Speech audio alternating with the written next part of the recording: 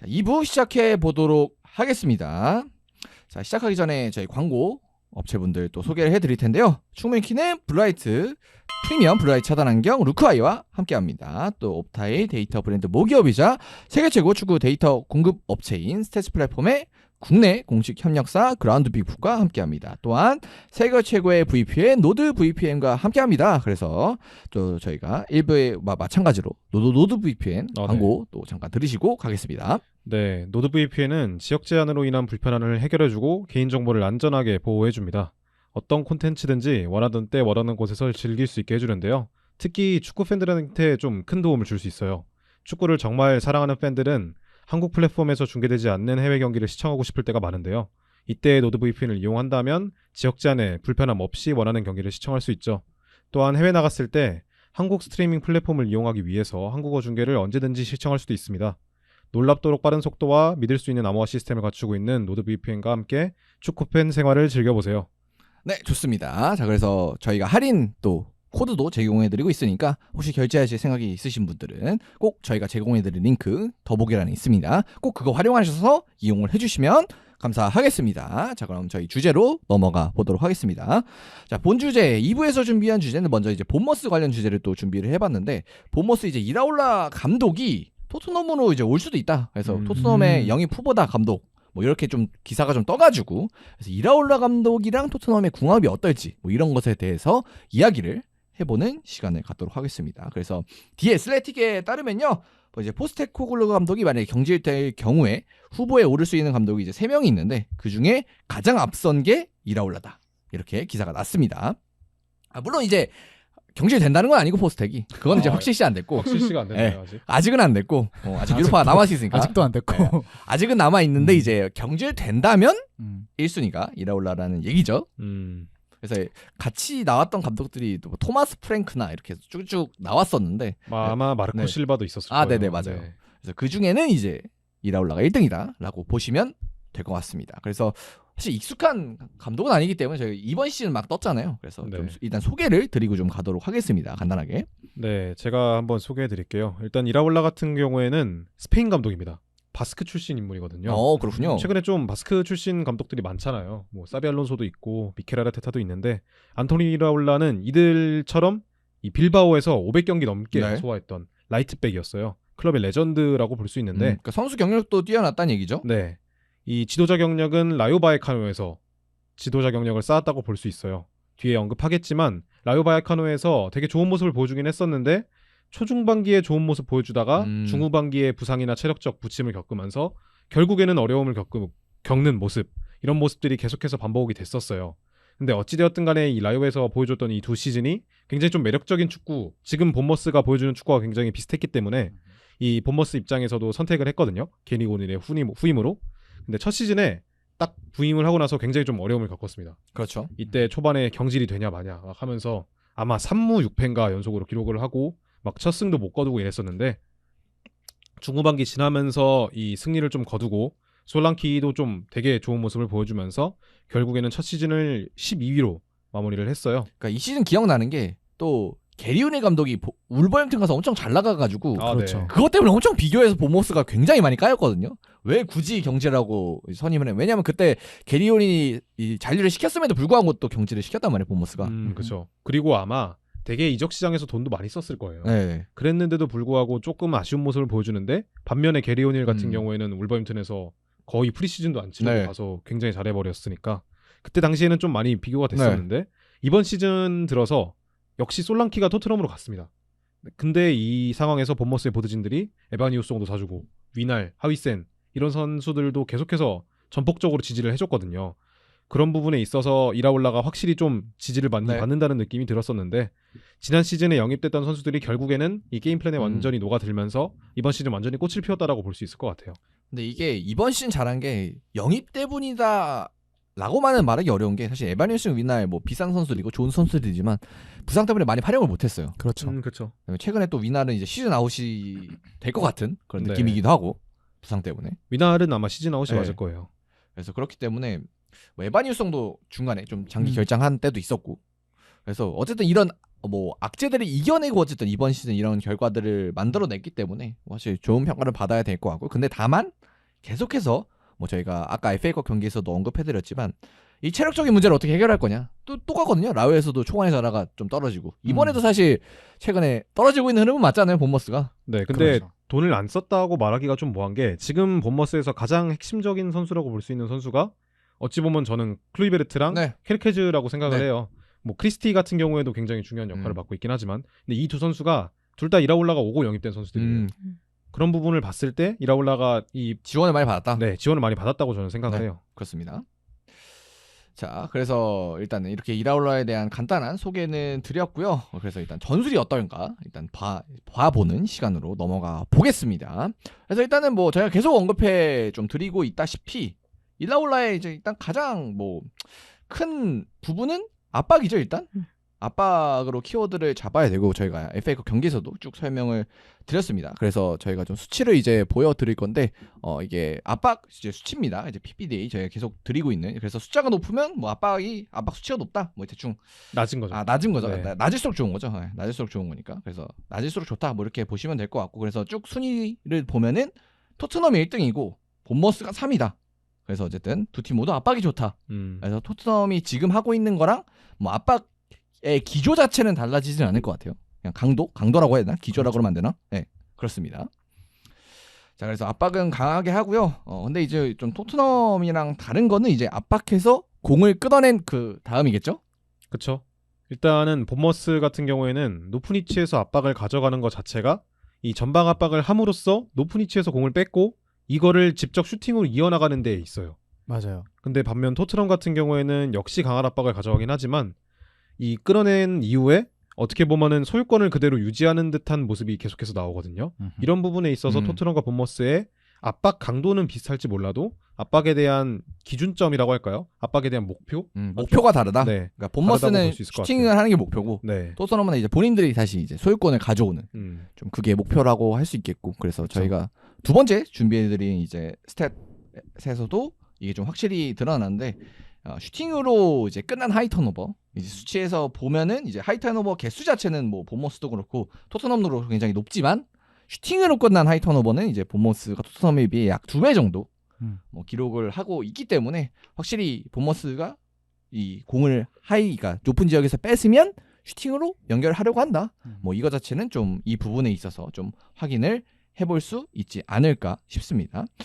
그럼 이제 경기를 어쨌든 준비하면서 보자면은 이 경기 이게 압박을 한다 해도 확실히 이렇게 우리가 압박을 한 다음에 어떻게 할 건지까지도 좀 정해놓고 가겠죠 플랜적으로. 그렇죠. 목표를 정하고. 네. 어쨌든 이렇게 슈팅으로 끝날 수도 있고 뭐 점유율을 본인이 회복하는 방향으로 갈 수도 있는데 뭐 개인적으로는 뭐 어떤 게 좀 더 좋은 방향이라고 생각하세요? 플랜을 준비하는 데 있어. 물론 이제 선수 특성마다 다르겠지만 일반적으로 어려나요? 이건 진짜 선수 특성에 따라서 다른 거여서 소유가 좋은 선수들이 있으면 당연히 소유를 해서 우리 걸 다시 만들어가는 게 맞고 뭐 해결이 좋거나 빠르고 해결이 좋은 선수가 있으면은 빨리 해결을 하는 거라서 이거는 선수 특성이 많이 의존할 것 같습니다. 그럼 확실히 이제 맨시티 같은 팀은 전방을 하더라도 뭐 소유로 가는 게 좀 더 정답이긴 하겠네요. 네.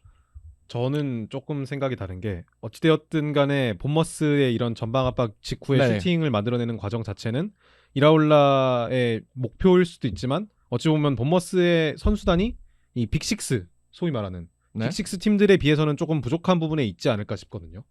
그러니까 좀더 선수단의 생각해야 할 것 같은데요. 퀄리티가 조금은 떨어진다고 볼 수 있는 거죠. 네, 그렇죠. 어쩔 수 없이 좀 떨어지잖아요. 그러다 보니까 조금은 정돈되지 않은 상황을 노리는 거예요. 선수 질적으로 우위를 가져갈 수가 없잖아요. 이 본머스의 공격진은 확실히 다른 프리미어리그의 수비진을 상대할 때보다 그런 상황에서 어쩔 수 없이 본머스는 지공 상황에서 지공에 어려우니까 네. 그다음에 약간 이렇게 턴오버 상황에서 상대 수비가 좀 무너져 있을 때 공략을 한다. 그렇죠. 의도적으로 어떻게 보면 좀 혼란을 야기한다라고 정리할 수 있을 것 같죠. 그럼 확실히 그게 약간 아까 민정님이 말씀해 주셨던 선수 특성에 따라 좀 나뉜다. 그렇죠. 뭐 그렇게도 볼 수 있겠네요. 그리고 압박을 준비했을 네. 때 공을 어디로 오게 할지를 정하고 하거든요. 그렇죠. 뭐 네. 예를 들어서 한쪽으로 몰면은 공이 뻥 차서 뒷공간으로 날아가요. 근데 한쪽으로 몰지 않고 강하게 압박을 넣으면은 공이 중앙에서 떨어져요. 그렇겠네요, 확실히. 네, 그래서 중앙에서 짧게 떨어졌을 때는 해결을 하자라고 전술을 세울 수도 있고 뒷공간으로 쳤을 때는 빨리 가지 말고 다시 우리 걸 정비하고 가자라고 할 수도 있기 때문에 네, 압박 전술에 따라서도 좀 달라질 수 있습니다. 근데 제가 본 보머스는 확실히 뭔가 유도에서 롱킥을 유도하기보다는 진짜 뺏으려고 하는 것 같거든요. 제가 체감을 했을 땐 어떤 것 같아요? 경기 좀 봤을 땐 비슷한 느낌인 것 같아요. 저도 센터백에서부터 시작되는 상대 빌드업을 뺏으려고 한다는 느낌이 저는 좀 더 강했던 것 같아요. 오늘 같은 경우에도 사실 에데르송부터 맨시티가 빌드업을 하니까 클로이베르트나 이제 이바니우송이 거기부터 압박을 하는 모습을 보여주거든요. 물론 그거는 이제 부정확한 패스를 야기하려는 의도도 있겠지만 결과적으로는 거기에서 패스미스를 유도를 하고 그 위치에서부터 공격을 시작하는 거를 목표로 한다고 저는 생각을 해서 그 부분에 있어서는 본머스의 의도가 확실히 좀 더 거기에서 우리는 뭔가 혼란을 야기하겠다라는 말이 좀 맞는 것 같습니다. 저는 이 채널링을 아까 언급해 주셨잖아요. 네. 그런 부분에 있어서 본머스가 장치를 한 2개 정도는 세워놨다고 생각을 해요. 네. 일단은 채널링을 통해서 상대의 빌드업을 한쪽으로 몰고 여기서 뺏을 수 있으면 뺐는데 대부분 이제 롱킥을 통해서 벗어나려고 하잖아요. 그럴 때 하위센 같은 자원들은 경합이 좋아요. 맞아요. 경합이 좋다 보니까 아무래도 상대 공격진들과의 1대1 상황에서도 우위를 점할 수 있고 이제 수비형 미드필더로 나오는 루이스 쿡이나 타일러 아담스 같은 경우에는 넓은 공간을 커버하는 데 능한 선수들이거든요. 그렇기 때문에 만약에 경합 상황에서 패배하더라도 이 선수들이 넓은 공간에서 조금 더 적극적으로 투지적으로 싸워주면서 최대한의 이 공격으로 이어나가는 상황을 막으려는 모습을 보이고 있죠. 확실히 아까 민정님이 말씀해 주셨던 대로 우리가 공을 뺏었을 때와 뺏을 수 있을 때와 혹시 뺏지 못하고 상대가 롱킥이 나왔을 때 모두 좀 보머스는 이제 대비한 부분이 있다. 네. 그럼 이렇게 좀 정리를 하면 되겠네요. 그래서 이라올라 관점에서 저는 잘하고 있다라고 생각을 하고 있는 게 결국은 이게 다 선수 특성에 맞춰져서 그 압박 플랜도 짜는 거라고 생각을 하거든요. 그렇죠. 근데 이제 예준이 형이 말씀해 주신 것처럼 뭐 센터백의 특성, 삼선의 특성 이런 것들을 고려해서 상대방을 몰고 유도를 하는 거기 때문에 이런 부분에 있어서는 상당히 좀 팀적으로도 그리고 좀 전술적으로도 준비가 잘 돼 있다고 얘기하고 싶습니다. 그래서 뭐 닭이 먼저냐 달걀이 먼저냐의 차이긴 한데 사실 이 보머스의 스쿼드 구성이 이라올라 이런 전술과도 맞고 뭐 반대로 이제 이라올라가 선수 특성에 맞게 전술을 잘 짠 걸 수도 있고 맞아요. 아니면 이제 보드진이 이라올라에 맞게 선수 영입을 잘해줬다게 그렇게도 볼 수 있고 네. 그래서 여러 가지 면에 있어서 이 보머스라는 구단 전체가 확실히 좀 성공적인 시즌을 같이 좀 보내고 있지 않나 싶은데 뭐 어쨌든 이 압박 부분은 그렇고요. 근데 이제 토트넘이랑 우리가 비교를 하는 거니까 네. 지금 토트넘이랑 보머스가 가장 다른 부분은 이제 빌드업이라고 할 수가 있겠습니다. 뭐 아까 그 압박 수치 비교할 때도 나왔다시피 그 토트넘은 아무래도 좀 소유를 중요시하고 보머스는 아무래도 직접적인 공격, 빠른 공격을 중시하는 이제 팀으로 우리가 정리는 일반적으로는 좀 해볼 수는 있을 것 같아요. 그래서 저희가 보여드리고 있는 지금 수치에도 이제 시퀀스 스타일 비교라고 이렇게 제 표가 돼 있는데요. 이제 Y축을 보시면 이제 전진 속도, 스피드가 나옵니다. 그리고 오른쪽 이제 X축을 보시면은 평균 패스 숫자가 나오는데 본머스 같은 경우는 이제 극단적으로 좀 노팅엄이 위에 있긴 하지만 속도도 빠르고 패스 숫자도 좀 확실히 토트넘에 비해 많이 적습니다. 이런 부분이 어떻게 보면은 제가 앞서 언급했던 선수단의 퀄리티를 조금 더 설명해 줄 수 있는 부분이 아닐까 싶긴 하거든요. 저는 그러니까 의도적으로 속공상을 만드는 거예요. 후방 빌드업을 할 때도 토트넘 같은 경우에는 어찌되었든 간에 손흥민이나 아니면은 뭐 지금 활약이 저조하긴 하지만 뭐 솔랑키나 뭐 브레넌 존슨 같은 어찌 보면 탑 클래스 자원들이 있다 보니까 이 정돈된 상황에서 상대 수비가 내려앉은 상황에서도 이거를 뚫어낼 수 있을 만한 전술을 갖고 있다면 본머스 입장에서는 그런 미드필더나 이선 자원들이 없다 보니까 그런 부분에 있어서 의도적으로 속공 상황을 연출하고 이 상황에서 직접적인 득점을 만들려고 노력하는 것 같아요. 그래서 저는 토트넘에 갔을 때 이 지공이라는 키워드를 좀 살릴 수 있을지가 좀 궁금한 것 같아요. 그렇죠. 아예 뭐 보머스처럼 계속 이렇게 역습 위주로만 할 수는 없잖아요. 당장 오늘 경기만 보더라도 맨시티가 후반전에 내내 밀어붙일 때 극단적으로 좀 공수 간격을 벌리면서 계속 역습만 시도했거든요. 근데 그러다 보니까 상당히 좀 공격 퀄리티도 떨어졌고 뭔가 정렬되지 않은 상황에서 공격을 진행하다 보니까 아마 후반전 슈팅이 0개였을 거예요. 그런 것들에서 상당히 좀 공격에서 부진한 모습이 있었는데 만약에 거기서 뭔가 좀 더 분위기를 자신 쪽으로 가져와서 지공을 하려고 했으면 어땠을까라는 생각을 경기 중에 했거든요. 그런 부분이 만약에 토트넘 감독으로 갔을 때도 문제가 반복된다면은 이거는 오히려 강팀에 어울리지 않는 감독이라는 평가를 받을 수도 있겠다 생각합니다.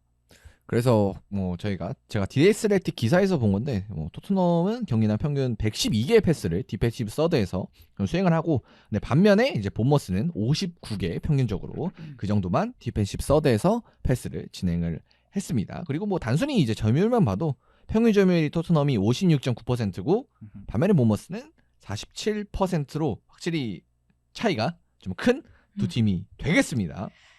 사실 감독은 선수 특성을 잘 알고 잘하는 걸 더 잘할 수 있게 만들어주는 역할을 해야 된다고 생각합니다. 아, 그렇죠. 그건 뭐 정답이죠. 네, 그렇기 때문에 가면 또 토트넘 선수들에 잘 맞게 전술을 변화시킬 테지만 기본 철학을 아예 완전 바꾸진 않을 거란 말이죠. 그렇죠. 그런 면에 있어서 역습 상황을 만들고 윙의 빠른 스피드와 좋은 결정력을 이용해서 득점을 하는 부분도 완전히 배제할 수는 없을 것 같아요. 그렇게 된다면은 그 역할에 딱 맞는 손흥민 선수가 더욱더 좋은 공포를 기록하게 되지 않을까 예상이 됩니다. 그렇죠. 손흥민이 제일 잘했을 때가 이제 뭐 무리뉴 있을 때 조금 잘했고, 그리고 득점왕을 했던 게 이제 콘테 첫 시즌. 그때 항상 이제 빠른 공격으로 좀 재미를 봤을 때니까.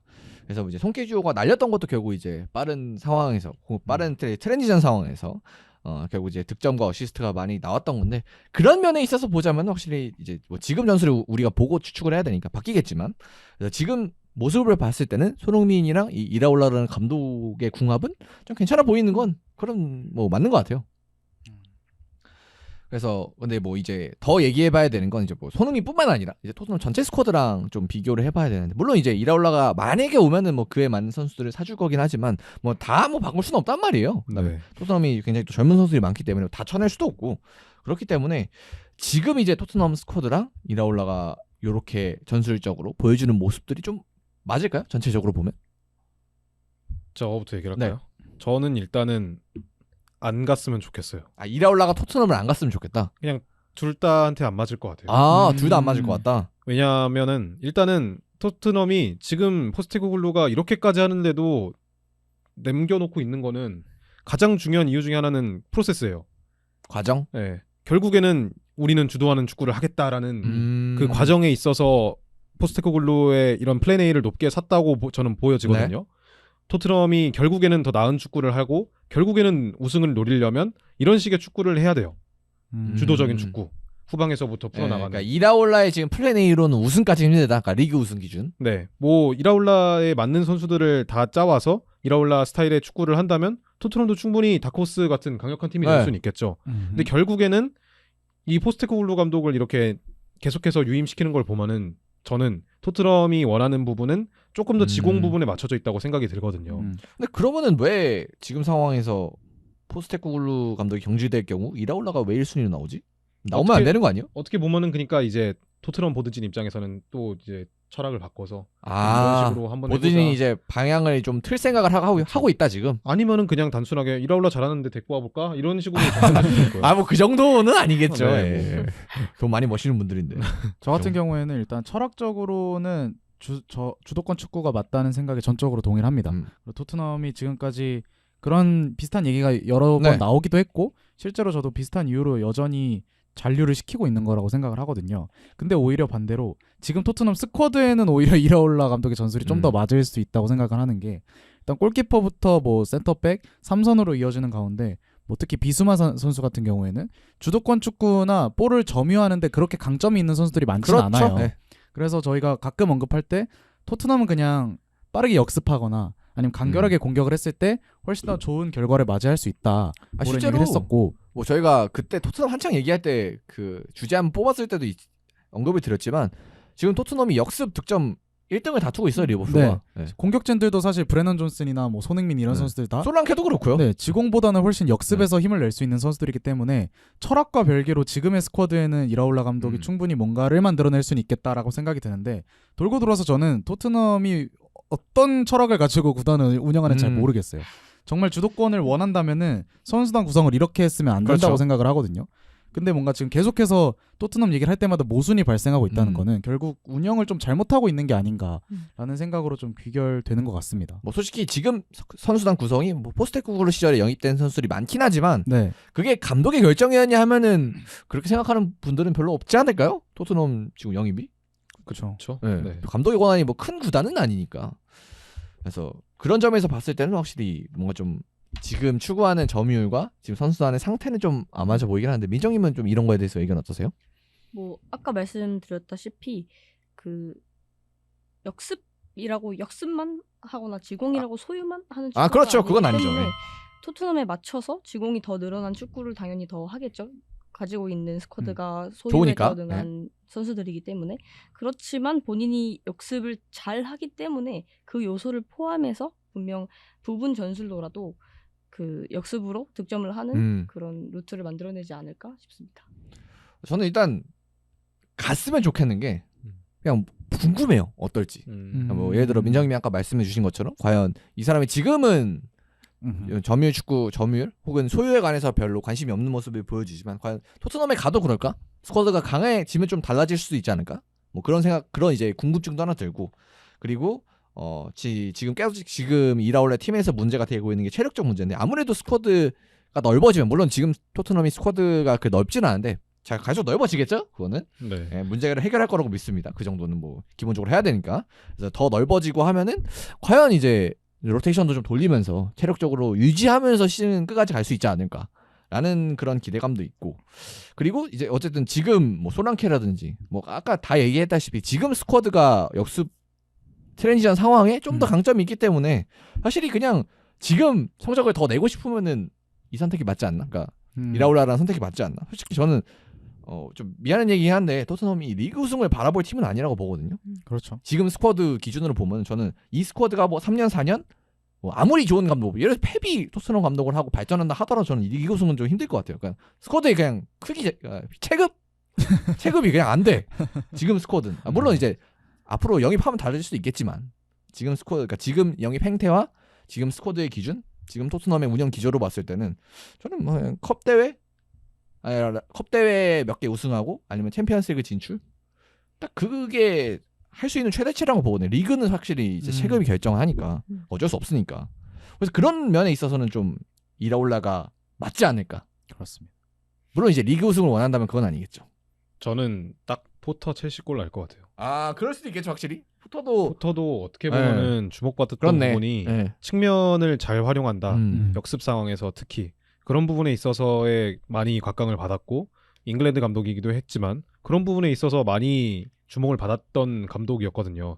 근데 첼시로 이동하고 나서 조금 더 주도적인 플레이를 함에 있어서 많이 어려움을 겪었었잖아요. 그렇죠. 부족한 부분이 많았죠, 그때. 네, 이라올라도 어떻게 보면은 이 지공을 안 하는 거다, 뭐 속공을 의도하는 거다라고는 하지만 어찌되었든 간에 주도적인 축구를 한 시즌 동안 굴려온 뭐 보여준 게 적이 없죠. 없잖아요. 예. 그런 상황에서 토트넘 감독으로 부임하는 것 자체가 좀 많이 큰 도박수지 않을까. 그렇죠. 네, 그렇게 생각합니다. 네, 그래도 지금보단 낫겠다라는 거는 확실한 것 같은데, 전 그래서 약간 그 지금 같이 언급된 후보들이 있었잖아요. 마르코 실바, 그다음에 토마스 프랭크. 프랭크 이렇게 봤을 때 만약에 이게 뭐 당연히 뭐 100% 확신은 못 하겠지만 다 기사로 나온 거라 이 친구들 이제 점유율 갖다 버렸구나. 마르코 실바는 그래도 그나마. 근데 솔직히 어느 쪽이냐 하면은 점유율, 그러니까 완전 점유율이다 하긴 좀 그렇지 않아요? 그쵸. 근데 셋 중에선 저는 그나마 점유율. 네, 포스트코글루와 가까운 축구를 그나마. 한다고 생각을 하거든요. 그쵸. 아까 보여드렸던 자료만 본다 하더라도 사실 본머스 같은 경우에는 그 시퀀스 스타일이 거의 노팅엄, 네. 작은 노팅엄이에요. 그렇죠. 근데 이제 풀럼 같은 경우에는 뭐 토트넘 바로 옆에 있기도 네. 하고 뭐 이런 걸 비교했을 때 근데 좀 애매하긴 하다. 네. 그 감독집 나오는 명단들이랑 이런 것들이. 그러니까 저는 완전히 포스테고를 보고 생각이 바뀌었구나라는 생각을 했었거든요. 그 명단을 보고. 보니까 풀럼이 평균 점유율 6등입니다. 꽤 높긴 하네요. 네. 아스날 다음이니까. 네. 물론 이제 뭐 엄청 높진 않습니다. 퍼센테이지가. 뭐 어쨌든 근데 그럼에도 불구하고 사실 포스테코글루랑 결이 다른 감독이긴 하잖아요. 아닌가? 비슷한가? 포스트코글루가 너무 이쪽에 그런가? 치중돼 있어. 너무 극단적인 사람이니까. 저는 마르코 실바 정도면 충분히 주도적인 괜찮다? 축구하고 있다고 생각을 해요. 오케이. 거기다가 또 사이드백을 잘 활용하는 감독이거든요. 그렇죠. 실바가. 네. 그런 부분에 있어서 우독이나 저 포로 같은 자원들이 조금은 저는 그럴 수 직선적으로 있겠죠. 활용됐으면 좋겠다는 생각을 하거든요. 지금은 뭐 인버티드로 많이 활용이 되고 있으니까요. 네. 그래서 어쨌든 뭐 이라올라 얘기 쭉 해봤는데 뭐 어쨌든 장단은 있을 것 같고 사실 근데 저는 이렇게 왈가왈부하는 게 왈가왈부하는 거에서 가장 중요한 기준점이 돼야 될 게 과연 토트넘이랑 구단이 어떤 걸 목표로 하고 어떤 걸 하고 싶어서 이제 감독을 이렇게 선임할 거냐. 사실 음. 이번에 뭐 주도하는 축구를 하고 싶어 했고 그런 프로세스는 전 실패했다고 보거든요. 지금 이제 몇 년 차죠?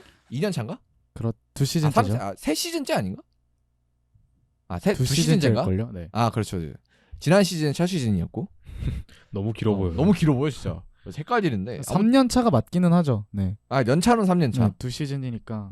연차는 3년 차 이렇게 접어들고 있는데 확실히 여기서 더 나아질 거라는 기대는 솔직히 아무도 안 하지 않을까요?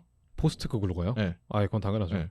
그러니까 뭐 지금 이제 결과와 상관없이 이번 시즌에 그렇기 때문에 어쨌든 어떤 방식으로든 변화는 줘야 되는데 근데 과연 그렇게 변화를 줘야 됐을 때 이제 이라올라가 맞냐라고 보면 이제 기준점이 어디냐에 따라 확실히 다르죠. 아까 처음에 예준이가 얘기했던 것처럼 우리 우승을 하고 싶고 점유율 축구를 하고 싶고 그게 이제 주도하는 축구로 우리가 리그 우승이 될 만한 체급의 팀을 키우겠다. 그러면은 사실 이라올라는 거들떠도 안 보는 게 맞고.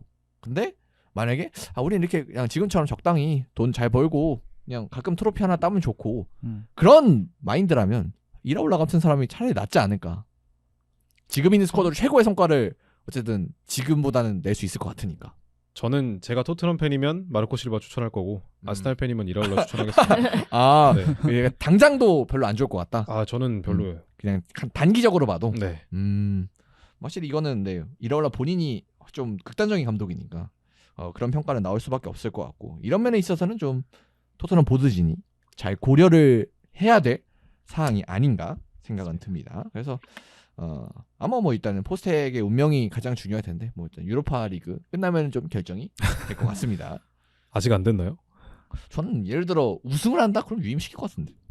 우승을 한다 하면 네. 유임이 아니라 성대하게 환영을 그 역사가 그냥 네, 그건 유임이라는 단어를 쓰면 안 됩니다. 그거는. 작년에 저 유나이티드 사례를 보고도 과연 유임을 할 수 있을지. 네, 페이컵이랑 또 그러니까 이게 맨유 토트넘 차이는 크니까요. 그럼요. 맨유는 지금 컵이 너무 많은데 들어갈 자리가 없는데 토트넘 지금 자리가 빈지 오래됐거든요. 그렇기 때문에 만약에 그것도 유럽 대항전이라면 이거는 어쨌든 역사의 이름을 남겨줘야 되니까 포스테코글루라는 사람의 그 역사에 남길 이름을 자르긴 좀 쉽지 않지 않을까. 진짜 근데 나중에 한번 만약에 밸런스 게임 같은 걸로 네. 한번 해봐도 좋을 것 같아요. 유로파 우승하고 포스텍 유임하기 vs. 근데 그거 무조건 박정희. 유로파 우승 아닌가? 근데 저는 제가 토트넘 팬이면 되게 고민될 것 같아요. 근데 이거는 컵이 아이. 너무 많은 팀에 약간 그러니까 아스날이 뭐가 많아요 지금. FA컵이 얼마나 많은데. 그럼 아스날 챔스 우승하고 뭐 유임하게 하면은 네.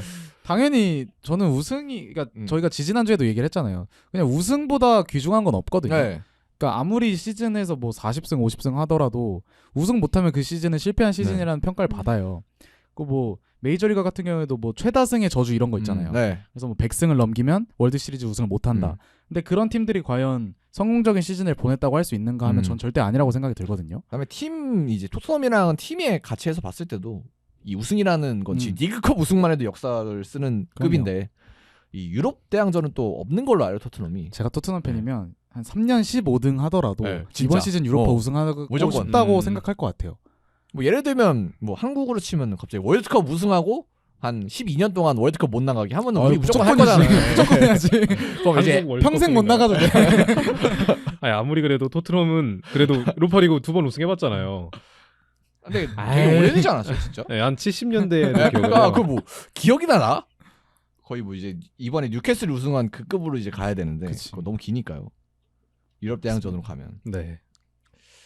어쨌든 뭐 아직 기다려는 봐야 되지만 어쨌든 이라오라에 대한 생각은 이렇다 이렇게 좀 알아봐 주시면 될 것 같습니다. 그래서 좀 어쨌든 이라올라에 대해서 잘 몰랐을 분들한테는 좀 좋은 정보가 되지 않았을까 싶습니다. 자 그럼 넘어가서요. 오늘 준비한 마지막 주제는 또 첼시 얘기 또 해달라는 의견도 좀 있으시고 해서 한번 준비해봤는데 최근에 좀 재밌는 얘기가 나오는 게 산초 얘기가 산초가 이제 임대 이적이 됐죠 이번 시즌에. 맞습니다. 그리고 구매 옵션이 있다 이렇게 알려졌는데 이거를 이제 취소를 할 수가 있다네요. 이게 지난 주중쯤에 좀 갑자기 막 나오던 소식인데 일단 산초가 이번 시즌 맨유에서 첼시로 임대 후 완전 이적 형태로 영입이 되었잖아요. 근데 이게 약간 조건부입니다. 리그 14위 이상을 하면은 2,500만 파운드, 한화로는 약 470억 정도의 필수적으로 이적을 하는 그런 옵션이 있었고 그래서 첼시 팬들은 사실 14위 밖으로 갈 일은 없잖아요. 아, 그렇죠. 그래서 이건 무조건 산초가 그냥 와, 근데 이거 반대였으면 이적을 하는 거구나 이거 반대였으면 좀 이슈였겠는데요? 라고 네. 생각을 하고 있었는데 최근에 온스테인이나 뭐 로마노 이런 기자들에 따르면은 첼시가 한 500만 파운드 한화로 한 90억 정도만 내면은 이 필수 이적 조항을 캔슬할 수 있다. 이 위약금으로 취소시킬 수 있다라는 얘기가 좀 나왔습니다. 뭐 그래서 이제 기사에 따르면은 뭐 산초가 이적 취소하고 그다음에 아예 해외로 갈 수도 있다. 뭐 이런 얘기까지 좀 나오는 상황입니다. 근데 여기에 또 추가적인 소식이 임대료가 거의 없었대요. 그리고 주급이 4.5억 정도인데 맨유와 첼시가 절반씩 부담 중이라고 하거든요. 그래서 총 한 시즌으로 환산을 했을 때 약 117억 정도를 첼시가 부담을 한다고 하는데 만약에 여기서 첼시가 위약금을 발동해서 90억을 내면은 사실상 1년 200억 정도로 산초를 쓰고 그냥 버릴 수 있는 거거든요. 근데 텔이 이번에 토트넘에 왔을 때 150억 임대료를 받고 왔거든요. 그렇죠. 임대료만 150억이죠. 네, 거기에 주급은 주급도 따로. 뭐 한 1.5억에서 2억 사이를 토트넘이 전액 부담한다는 소식이 있었기 때문에 그런 것과 비교했을 때 첼시의 이번 그 산초 이적이 상당히 좀 묘하게 흘러갈 수도 있겠다라는 생각이 듭니다. 그러니까 결국 이제 이 취소를 해도 금전적으로 막 큰 부담은 아니라는 거죠. 정리하자면. 아무 부담이 없다고 네. 생각합니다. 저는. 그래서 결론적으로 보면은 첼시한테 두 가지 선택지가 생겼어요. 470억의 완전 영입을 할 것이냐, 아니면은 90억을 임대료라고 치고 그냥 단순 임대라고 생각을 하자. 이렇게 할 정도로 선택적 이전 옵션이 생긴 셈이라고 보시면 좋을 것 같습니다. 그래서 첼시한테는 이제 새로운 옵션이 또 생긴 게 이제 알려지게 된 건데요. 뭐 이거는 뭐 당연히 오피셜은 아니고 좀 봐야겠습니다만 이걸 보도한 기자들의 신뢰도를 봤을 때는 웬만하면 사실일 것 같다. 라는 있는 건 느낌은, 사실인 네. 것 같아요. 네, 사실인 것 같다. 그런 느낌이 듭니다. 그래서 산초에 대해 좀 얘기를 더 해봐야 될 텐데요. 산초가 이번 시즌에 16경기 리그에서 나왔고 선발 7경기 그다음에 교체 나머지 나왔습니다. 16경기 선발 7경기 교체입니다. 그렇게 나왔고 그래서 1434분 뛰었고 2개의 득점과 4개의 어시스트 기록을 했는데 확실히 볼륨 자체는 좀 스텝 볼륨이 부족해 보이긴 해요. 네. 맞습니다. 그래서 첼시 팬 입장에서 봤을 때 산초 이번 시즌 좀 어떤가요? 일단 결론부터 말씀드리면 잘하지도 않고 못하지도 않는다. 딱 정말 그 밋밋한 1인분 정도를 하고 있다고 생각을 하는데 일단 시즌 초로 돌아가 보면은 사실 적응 기간 없이 바로 잘했어요. 네. 리그 데뷔 전부터 3경기 연속 어시스트를 기록하기도 했고 첼시가 왼쪽만 봤을 땐 우드릭이나 뭐 운쿤쿠 정도 외에는 이렇다 할 윙어가 없었거든요. 네. 그렇죠. 그런데 이제 산초가 시즌 한 3번째 경기쯤에 영입이 돼서 바로 쿠쿠렐라와 함께 좋은 호흡을 보여줬고 상당히 좀 공격 포인트까지 바로 기록했기 때문에 긍정적으로 이거 완전 영입해도 좋겠다라고 생각을 했습니다.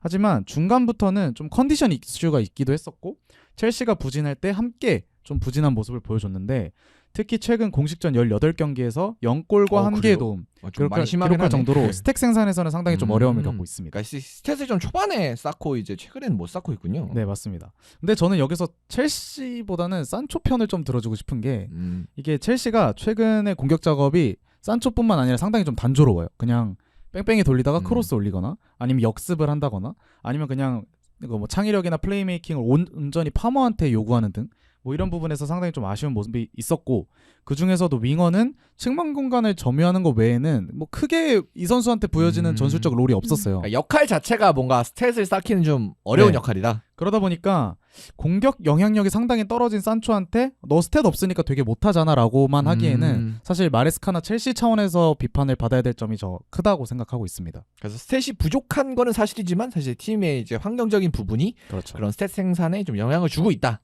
네. 까지는 우리가 좀 봐야 될 것 같습니다.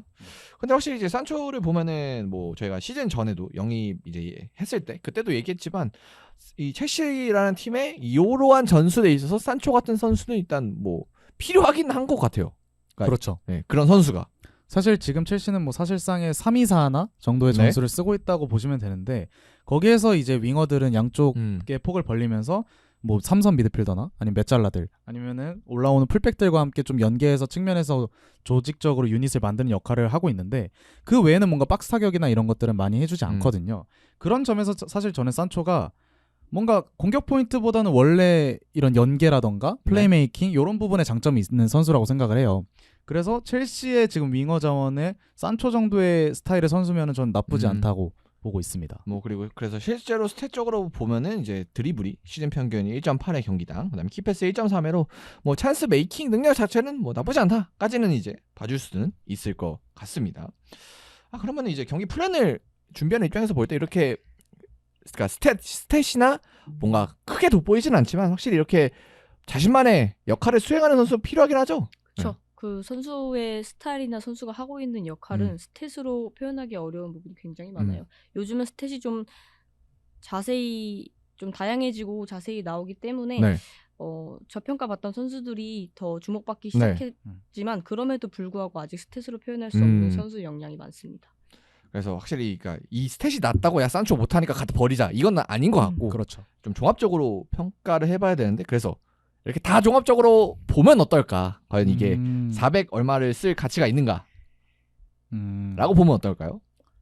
뭐 저부터 말씀드리면 저는 영입하면 좋을 것 같아요. 왜냐면 사실 산초가 주급이 비싼 거지 지금 이적료 470억은 네. 크게 비싸다는 생각이 안 들거든요.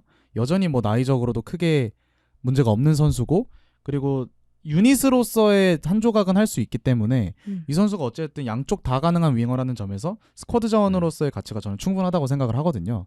그래서 뭐 재계약을 하는 과정에 있어서 주급을 깎는 거는 당연히 필요한 과정이겠지만 그걸 떼놓고 보면은 산초를 완전 영입하는 거는 큰 문제가 없는 좋은 선택이다라고 생각을 합니다. 한예준은 어때요? 저는 근데 아마 이런 기사가 나오는 것 자체가 어떻게 보면은 첼시가 조금은 물밑 작업을 해놓은 게 아닐까. 포석이다 이건. 네. 아마 산초를 대체할 만한 뭐 가르나초든 아니면은 기튼스가 됐든 네. 뭐 니코 윌리엄스가 됐든 이 오른발 윙어를 산초를 대신할 만한 오른발 윙어를 이미 조금은 물밑 작업을 해놓지 않았나라는 생각이 들긴 하거든요. 근데 그냥 산초만 놓고 본다면 저는 산초는 조금 그릴리시랑 비슷한 유형이라고 생각을 해요. 이 터치라인에서 공을 잡고 오른발을 활용하면서 조금만 상대를 끌어들일 수 있는 그런 윙포워드 스타일인데 산초가 조금 더 이 개인 능력이 있잖아요. 그런 부분에 있어서 활용 가치 자체는 굉장히 좋다고 생각을 하고 그리고 이 앞서 언급했던 18경기에서 0골과 1개 도움 기록했다라고 했었는데 아마 이게 기준이 그 문제 작년 에버튼전부터였던 것 같아요. 근데 그때의 기록을 살펴보면은 첼시가 2골 이상 넣은 경기가 거의 없어요. 한 3경기 내지 4경기가 될 겁니다. 리그만 따지면은. 그렇기 때문에라도 첼시가 못했다지 산초가 못했다고만 단정할 수는 없다고 생각을 하거든요. 그런 부분에 있어서 산초를 영입하는 것 자체는 저는 나쁘지 않다고 생각을 하는데 산초를 대신할 만한 다른 자원이 있어서 아마 산초를 이렇게 나가게 한다는 느낌이 들긴 합니다. 제가 임팩트 때문에 이렇게 기억을 하는지는 모르겠는데 첼시가 새로운 선수를 영입하고 그 선수가 부진한 경우가 꽤 있었잖아요. 뭐 많았죠. 부상을 네, 많았죠. 입거나. 네. 오 옛날로 가면은 이제 진짜 옛날로 가면 토레스부터 시작해가지고 네, 뭐 이제 그런데 산초는 지금 시즌 영입 초반에 좋은 모습을 보여줬고 쿠쿠레아와 좋은 조합까지 맞아요. 그 얘기 많이 나왔어요 초반에. 네, 어느 정도 증명을 한 상태라고 생각해서 저는 새로운 선수를 영입하면서 위험 부담을 가질 바에는 이 선수를 저렴하게 영입하는 적응된 것도 선수가 낫다. 네, 좋은 그렇죠. 방법이 되지 않을까 싶습니다. 저는 그냥 이러한 조항이 있으면은 현실적으로는 그냥 놓고 간을 보는 게 좋지 않을까. 왜냐하면 물론 이제 이 조항의 데드라인이 언젠지는 모르겠지만 만약에 이제 뭐 임대 기간이 아마 전 6월 30일까지로 알고 있거든요. 네. 모든 임대 계약은. 그래서 6월 30일까지면은 그러니까 6월 30일까지 만약 이거 결정하면 된다면 6월 30일이면은 이제 충분히 그 전에 이적 시장이 있잖아요. 네, 좀 찾아보고 없네 하면은 산초 사고. 어, 있네 하면 바로 보내드리고. 근데 실제로 네. 저게 좀 극단적인 표현이라서 그렇지 비슷한 스탠스라고 생각이 들어요. 그래서 로마노나 온스테인 기자를 보면은 그냥 첼시가 이걸 발동할 거다가 아니라 산초한테 이러한 조항이 있고 첼시는 발동할 수도 있다. 그러나 현재로서는 상황을 관망하고 있으며 뭐 아직 정해진 건 없다. 이런 스탠스거든요. 그래서 지금으로서는 사실 첼시가 임대 복귀를 시킬 거다. 뭐 위약금 90억 낸다. 이런 스탠스라기보다는 경석이 형 말씀처럼 일단 시즌 끝까지 좀 산초의 활약이나 아니면 시장 상황을 좀 본 다음에 간을 본다. 이 선수를 영입할지 말지를 결정하겠다라는 스탠스인 것 같습니다. 근데 첼시 정도의 큰 규모의 구단에서 이미 시장 파악은 완료가 되었을 것 같거든요. 그쵸. 제 생각에는. 그러니까 누굴 살 수 있는지는 좀 정해져 있다. 네, 그렇기 때문에 아무래도 산초를 싼값에 데려오기 위한 언론 플레이가 될 수도 있다는 생각도 듭니다. 그러니까 산초한테 야 남고 싶으면 주급 좀 어떻게 좀 해봐. 산초는 이제 네. 기사 보고 나 안 산대 이렇게. 사실 이게 산초 개인의 입장에서 보면 사실 맨유로 돌아가는 게 좀 최악의 선택이 그쵸. 되겠죠 아마. 네. 사실상 불가능하다고 볼 수 있는 게 레시포드가 이번에 아스톤빌라 가는 과정에서 그 SNS에 글을 올렸어요. 네, 맞아요. 산초가 네, 네. 거기 댓글로 프리덤 뭐 아, 축하한다 약간 이런 음. 식으로 남겼거든요. 근데 산초가 어쨌든 필수 이적이라 하더라도 어쨌든 원소속 팀이 맨유인 네. 상황에서 맨유를 떠나는 선수한테 너 자유를 네. 찾았다 약간 이런 식의 음. 발언을 한 거기 때문에 저격한 거죠 이것도. 이건 맨유 네. 팬들한테 상당히 좀 큰 네. 파장을 불러왔었거든요. 그래서 만약에 첼시가 여기서 임대를 복귀시킨다면은 산초 입장에서 상당히 좀 큰 리스크이기 때문에 아마 좀 말씀하신 것처럼 주금을 좀 낮추고 네. 약간 이러기 위해서 엄프를 좀 하는 부분도 충분히 있을 수 있다고 생각합니다. 근데 저는 조금 주급을 많이 깎아야 된다고 생각이 들거든요. 지금 좀 많이 받죠. 네. 반토막 해야지. 네. 지금 받는 게 아마 4억 5천으로 알려져 네. 있는데 일단은 첼시가 만약에 산초를 영입한다 해도 이번 후반기의 활약을 좀 본다면 100% 그러니까 스타팅 자원으로는 활용할 수 없을 그렇죠. 정도의 활약이잖아요. 근데 이 정도 주급의 가치의 선수를 스타팅 자원이 아닌 스쿼드 자원으로 활용한다는 것 자체가 첼시 입장에서는 좀 큰 리스크일 텐데 그렇기 때문에라도 뭐 기튼스나 가르나초 같은 자원들의 영입 링크가 뜨는 거는 이 선수들은 나이가 조금 더 어려서 성장 가능성도 있을 뿐더러 어찌되었든 주급이 산초보다는 훨씬 싸잖아요. 아무리 인상을 해준다 하더라도 훨씬 쌀 수밖에 없기 때문에 그런 부분에 있어서 산초보다는 조금 더 비교 우위를 점하고 있지 않나라는 생각입니다. 그래서 제가 첼시의 스쿼드 상황을 좀 살펴봤는데 현재 첼시 이선이 숫자적으로는 크게 부족하진 않더라고요. 아 첼시가 숫자가 부족한데 거의 없죠. 예. 아예 공미로 분류할 수 있는 파머를 제외한다고 하더라도 무드릭, 산초, 은쿤쿠, 펠릭스, 네투, 마두에케, 스털링 그리고 이번에 합류하게 될 뭐 캔드리 파에즈나 네. 에스테방 윌리앙 이런 선수들이 있는데 사실 민정님이 말씀해주신 것처럼 성공한 선수가 딱히 없어요. 여기 다 아직까진 최소 3년 안에 이적된 선수들인데 여기서 누가 성공했냐고 물어보시면 사실 아직 아무도 없다라고 네. 말씀드릴 수도 있을 것 같거든요. 그래서 이런 점을 고려했을 때 조금은 어느 쪽에 선택을 하더라도 큰 문제가 아니다라고도 볼 수 있지만 매각 대상인 은쿤쿠, 펠릭스, 스털링이나 뭐 도핑 이슈가 있는 무드릭 그리고 유망주 레벨이라고 볼 수 있는 파에즈나 에스테방을 제외하면 사실상 산초, 네투, 마두에케 정도만 1군 멤버라고 네. 할 수 있거든요. 사실 그렇게 보면은 이선 숫자가 많이 부족해지잖아요. 그래서 만약에 산초가 임대 복귀를 한다면은 말씀해주신 것처럼 좀 빅사이닝이 일어나지 않을까. 뭐 기튼스나 가르나초는 지금 1,000억이 오가는 선수들이기 때문에 그 정도의 투자가 이루어져야 이 산초의 공백을 또 메울 수 있지 않을까라고 생각합니다. 그리고 아마 이 네투나 마두에케, 뭐 파머, 파에즈, 에스테방 같은 자원들은 다 왼발이잖아요. 맞아요. 그러다 보니까 첼시 입장에서는 조금 더 오른발 윙포워드에 대한 갈증이 클 거예요. 그런 부분에 있어서라도 산초를 계속해서 노린다는 이유 그리고 뭐 가르나초나 기튼스 둘 다 오른발 네 그렇죠. 윙포워드거든요. 그런 부분에 있어서 첼시가 아무래도 오른발 윙포워드를 찾는 게 아닐까 싶습니다.